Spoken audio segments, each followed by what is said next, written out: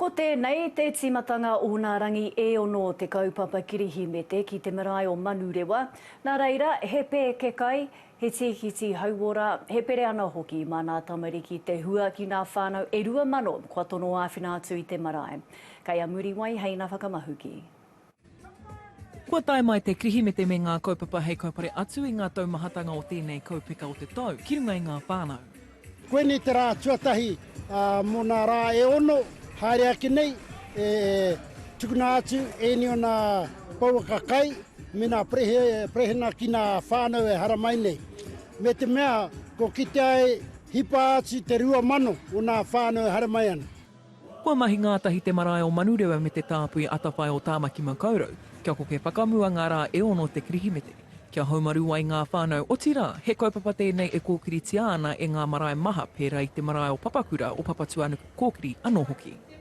So the 6 Days of Christmas is a partnership that Manurewa Marae has with Auckland City Mission. We've been involved for the last 3 years, and it's a kaupapa that's really close to our heart as a marae, being able to serve our hapori, being able to spread Christmas cheer, you know, some give kai, presents, and support to whānau in a time of need. And you know, we've been really privileged to be able to be part of this relationship because, like we've said many times, that, you know, this is meant to be the most special time of year for whānau, but it's actually one of the hardest times of year for our people.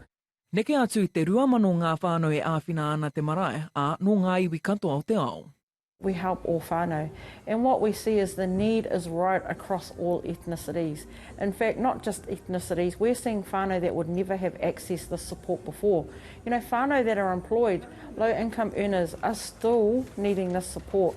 You know, we've seen whānau lose jobs throughout COVID. We're still seeing whānau come through that have got 2 incomes in their family, but it's still not enough. So we support all whānau that are needing awhi. Muri wai hei, te Ao Mārama.